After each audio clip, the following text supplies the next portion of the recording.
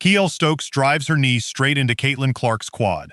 Referee Gerda Gatling is standing barely 3 feet away, has a clean, unobstructed look at the entire play, and calls absolutely nothing. Clark limps back on defense, and if you look closely at her face, you realize this isn't just pain anymore. This is pure, boiling rage. For months, the media has told us that the WNBA is finally protecting its new era of stars. But last night against the Golden State Valkyries, that entire narrative was exposed as a complete lie. Caitlin Clark didn't just have to survive a blatant physical attack that was completely ignored by the officials. She was betrayed by the baffling, contradictory decisions of her own head coach, Stephanie White. And by the time Clark finally sat down at the post-game press conference, she had clearly had enough. She stopped being politically correct, dropped the PR filter, and told the ugly truth that the league desperately wanted to keep quiet. This wasn't just one missed whistle on a random night. It was definitive proof of a toxic double standard that is threatening to tear the Indiana Fever apart from the inside out. To really understand how bad this gets, you have to look at how this game started. This wasn't some random, one-off collision in the second quarter. Golden State came into this game with a very clear, very physical identity. They ran off to a 12-2 lead to open the game by clogging every driving lane and turning every catch into a wrestling match. They were putting hands on Clark since the opening tip, bumping her off screens, grabbing her jersey, and riding her hip on every single possession. And the referees? The whistles stayed completely quiet. The officials were letting the Valkyries dictate a street ball pace. So by the time the second quarter rolled around, the pattern was already set. Fever ball. Kiah Stokes plants her knee straight into Caitlin Clark's quad like she's trying to end her night early. Clark goes down, clearly shaken up. But the game just plays on. A national television audience just watched the league's biggest star get drilled in the leg, and the officials treated it like a light breeze. Right after the knee, you can visibly see Clark change. She limps back on defense, heavily favoring the injured leg. She's barely bending the knee on that side. The broadcast catches her face, and her jaw is locked tight. She isn't frustrated because she missed a shot. She is furious because she knows nobody in a gray shirt is going to do anything to protect her. But it actually gets worse.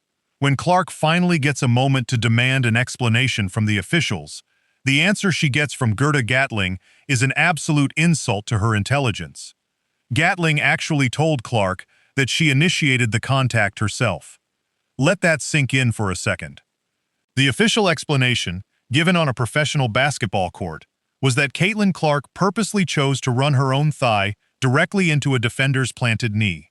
It is the kind of gaslighting excuse that proves the referees aren't just missing calls, they are actively refusing to make them.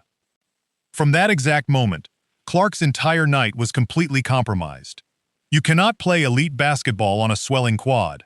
Every time she tried to drive, she had to push off a bad leg. When she tried to change direction, the leg couldn't plant properly. Her signature explosive first step completely disappeared. Her balance on pull-up jumpers vanished. When you look at the final box score, Clark finished with 13 points, 6 assists, and 3 rebounds. She shot a rough 4 for 14 from the field and 1 for 8 from three-point range. Casual fans and box score watchers will look at those numbers and say she was just in a shooting slump, but they are completely missing the context underneath the stats. Every possession where Clark tried to create separation off the dribble, she needed that push-off leg. Because the burst wasn't there, the shots she normally makes look easy were forced into heavily contested looks all night. The defender she usually blows past was now still in front of her, clogging passing lanes and forcing her into 4 turnovers. That wasn't a slump. That was a player trying to run the offense on one good leg because the league refused to penalize a dirty hit. And while Clark was being treated like a punching bag without a single whistle, the other end of the floor featured a completely different, incredibly frustrating set of rules. Aaliyah Boston, the most important interior weapon Indiana has, was completely neutralized by the officials. But she wasn't getting called for hard, aggressive fouls. She was getting hit with phantom whistles. Golden State players were going down on minimal contact that wouldn't knock over a folding chair, throwing their heads back dramatically. And the referees bought the acting every single time. One specific sequence perfectly captures the double standard. Boston was simply boxing out for a rebound, barely moving her arm, and the Valkyries player collapsed to the floor like she had been struck by lightning. The whistle blows, and foul on Boston. She was sent to the bench before the midpoint of the second quarter, shaking her head because there was absolutely no one to argue with. Meanwhile, on the other end, Golden State's bigs were banging into Boston on every possession, grabbing and holding on the block with zero penalty. The double standard is sitting right there on the tape for anyone who wants to watch it. Yet, despite spending massive, crucial chunks of the game glued to the bench in foul trouble, Boston still managed to put up 15 points, 7 rebounds, 2 steals, and 3 blocks. Think about that level of production. Imagine what that box score would look like, and what the final score would have been, if she was allowed to play uninterrupted minutes instead of watching phantom fouls eat into her night. But the most disturbing part of this entire disaster didn't happen with the referees.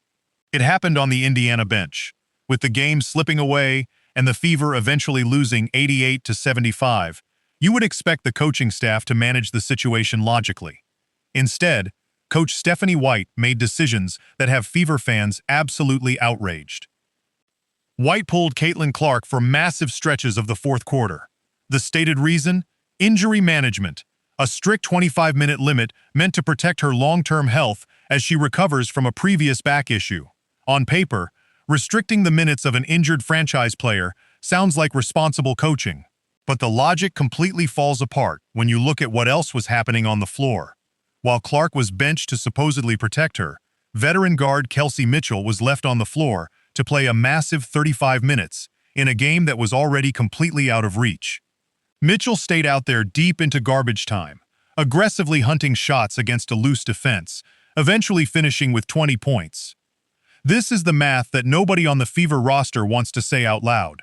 Why is a veteran logging heavy starters' minutes in a guaranteed defeat, padding a stat line that does absolutely nothing to change the final score, while your primary star is restricted and sitting on the bench?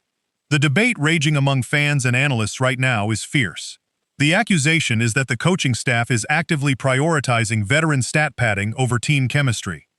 Clark took the knee, played through the pain because nobody blew a whistle, fought to stay useful on a bad leg, and then got benched anyway because of a number on a chart, getting hurt on the floor, and then getting benched for reasons that have nothing to do with the hurt itself, is exactly how resentment is built. And that resentment finally boiled over in the press room. Usually, the press conference is where young players stick to safe, pre-approved corporate scripts. They say they need to watch the film, they praise the opponent, and they go home. Not last night. You could hear the tension in Clark's voice before she even finished her first sentence. Her tone was flat and sharp. When asked about the no call on Kiah Stokes, Clark didn't hedge. Her exact words were, "That hurts. The ref can't miss that.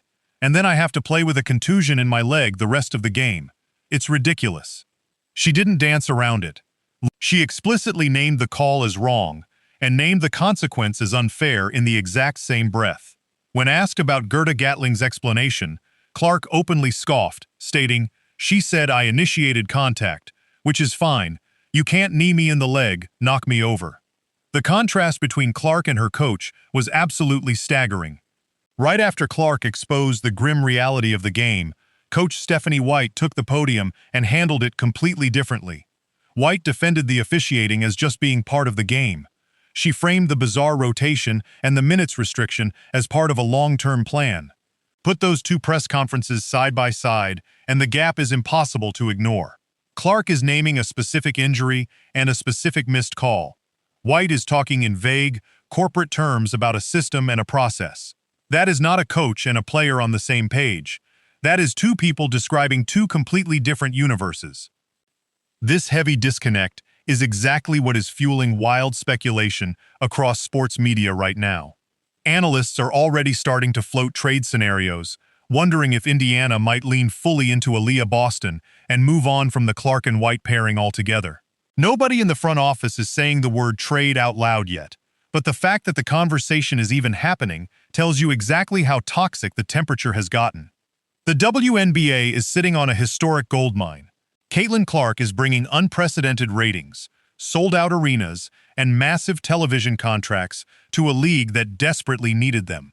But the league and the franchise are managing her with pure incompetence.